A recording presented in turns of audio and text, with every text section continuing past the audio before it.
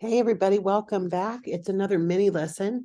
Today we're going to create a references page and utilize some sources in finding resources and creating those all-important citations. It is really important as you conduct research to go ahead and create your bibliography, your references page. Even if you end up not using a source that you find, if you've already got a citation for it, it's just going to make your life a lot easier in the long run. When it comes to citing inside the document, including things like for quotes and paraphrasing and summarizing, you're going to need to know what's on the references page first in order to know what goes inside the in-text citation. So it's really important with that as a starting piece. So I'm going to share a couple of screens here. I'm going to share a Word document, but we're also going to go online to the internet. So this Word document might look familiar to you. We've used it before. This one is going to have a references page. So as you can see, the template part is still there. And we're going to be adding to that. So in the course, you have access on the, what is it under? The course information. There is a link to library resources. And the main library page that you're going to be using will be the database's A to Z list. There's a ton of great information in here. It includes things like the APA citations and all of those wonderful things. But we're going to be utilizing a couple of things first. We're going to go to a database called Academic Search Complete. Personally, this is my favorite database for researching all kinds of things. But there are other databases that you may want to keep on your radar. The popular database list over here lists Academic Writer, which of course is linked in the course. The Eagles eSearch, which is the main, like how to search for books and all kinds of wonderful things. And then ProQuest Central. ProQuest Central does also house articles, just like Academic Search Complete. Either one is probably fine. If you want to use the one under popular databases, that's certainly fine. But I'm going to use Academic Search Complete for our purposes today. You will always, of course, have to sign in. One of the reasons materials are free in a library is that you have a sign-in. This is an EBSCOhost database, and you can actually also create an account in EBSCOhost for free, so that if you want to keep things long-term in a folder or those sorts of things, you'll have access to it. So for today, just for fun, I'm going to research octopuses, and I will guarantee you that octopi is not the it's not the plural. It is octopuses. I've done some reading on it. I'm going to research octopus intelligence just because I'm reading a book right now that's all about that. So that's why it's on my mind. I can go ahead and click search, but I also, while I'm in here, I want to click on full text. You do not have to click on peer reviewed because there may be some articles that are in magazines that are not peer reviewed that could still give you good information for most of your research in college. So I'm not going to click that, but I am going to click on full text because I don't want to find just a reference to an article. I want to be able to look at the actual article itself.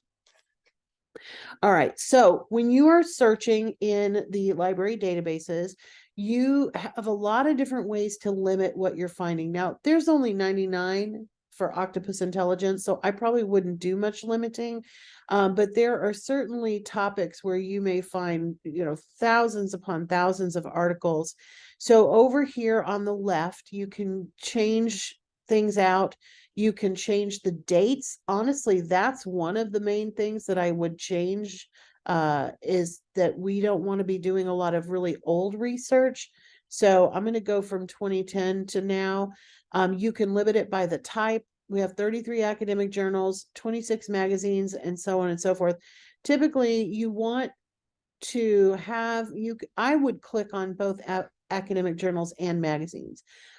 Because of course, like I said, we may find some things in magazines that are not necessarily academic in nature, but they're still going to be very, very helpful.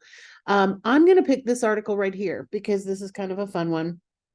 Complex octopus brains may have evolved like ours did. So when you find a source that you think you want to use, go ahead and click on the title of it. It's going to open what's called the record. And in that record, there is a link to read the article over here where it says HTML full text. And there is a link on the right-hand side for citing it. So we're going to click on the cite button. We're going to scroll down to APA and we're going to copy this. And then I'm going to go back to my Word document. Now I'm going to make this a separate entry because I want to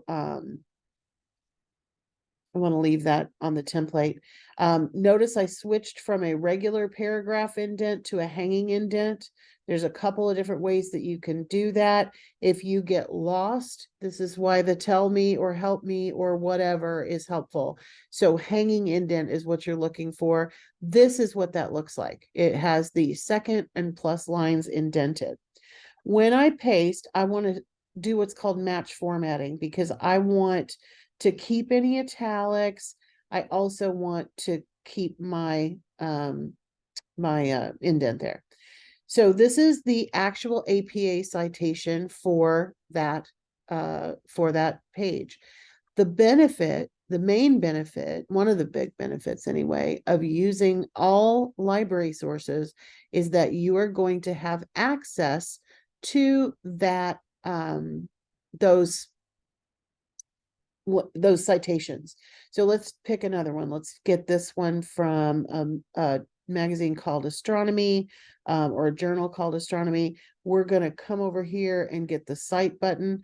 Now, if I was really doing research, I would also be reading these and not just copying the citation. But like I said, there's no harm in keeping a citation on your references page until you decide you are not going to use it. Because it doesn't really cause any problems. We're going to, I'm going to leave that in all caps. I don't know why they had it that way, but it was that way everywhere. In fact, let's look at the HTML text. Yeah, it's even in the title. So I would leave it that way. I don't know why, but I definitely would make the author's name correct. So notice that in APA, we use an author's last name and first initial. Then we have in parentheses the year of publication, the title of the article, which is not in italics, and then the name of the periodical, which is in italics, along with the volume. In parentheses, we have the issue number, page range, and then if there is one, you use what's called a DOI web address. You'll notice there's not one in either one of these. So if that doesn't provide one that has DOI in it, then you don't use it. Okay. The other thing, of course, that we may end up having to cite from time to time is a website. So I am going to do a Google search, and I'm also going to keep with the same theme here. Now, citing from a website is a lot harder. You do have in the course over here under APA 7th edition, you do have instructions for how to create citations. This shows you reference page, basic paper setup. It's got everything over here. They do mention one of my favorite websites, which is scribber.com, that gives you some additional help with APA citations. Here is a library handout on formatting reference citations. So that's what we're going to learn, what we're going to use. And we want to look at a website. So here's an internet and electronic sources. We have several different ones to choose from. This one is common, website with no author or date. And this one is what you really should be aiming at, where you have an author and you have the publication information. So let's take the very first one.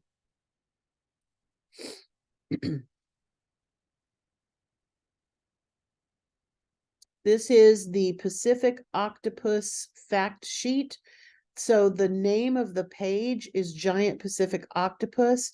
Notice there does not seem to be an author. There's not an author listed. That's okay. But then what we need to do is look at the reference for how to cite something without an author. So there it is. Okay. So without an author, then we need to use the name of the website first. Although this one it doesn't have an author, but it does have a page title. So I'm going to treat it just like this second one, but I'm not going to have an author. So I'm going to move the title in front, and that's going to be Giant Pacific Octopus.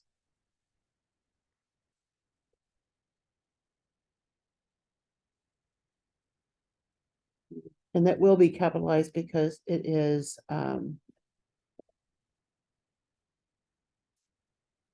if we have a date, let's see if we do, that goes next.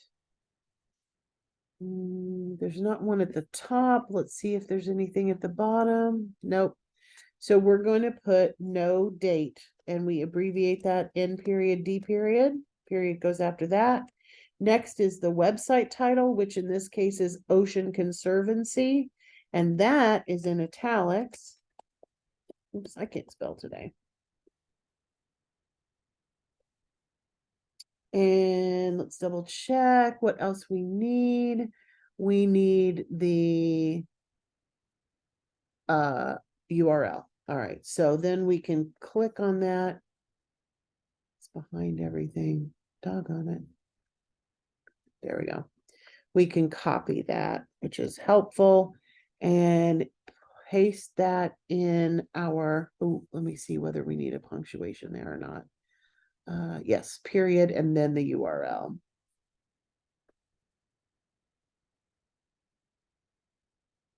And then we can paste. Websites will do this weird thing because of course it's a super long one.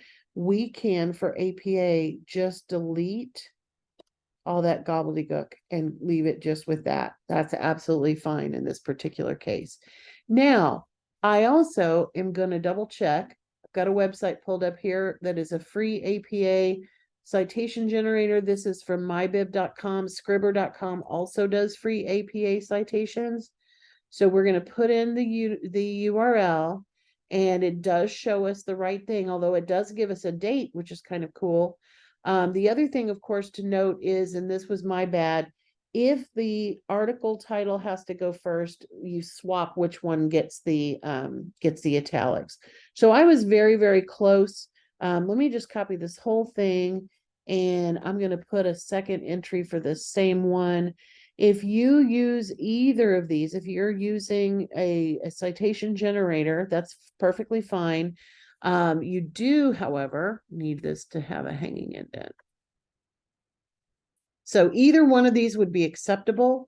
I will definitely take this and undo the italics there and redo the italics there. And I will just put the year in here since we know what it is now. You don't need the whole date. So either one of these would be acceptable. Technically, they tell you to not have this be a link, so you can turn the links off there. But this is how you would create your references page. Now, one note. I'm going to get rid of one of these because I really don't want all three on here. One note. They have to be in alphabetical order. So when you're done putting all of them in, you can sort them by A to Z, excuse me. And notice it put them in the right order. We're now ready to go. Like I said, I'm going to leave this reference one up here simply because that way you can see what it looks like.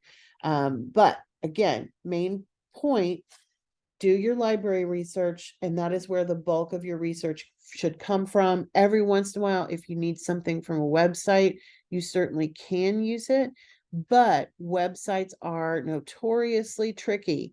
to cite. So make sure that you are getting good information if you're using websites and that you are citing them properly.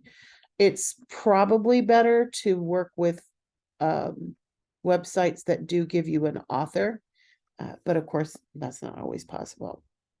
If you need help with citing your sources, make sure you reach out. Everybody take care, and I'll see you at the next mini lesson.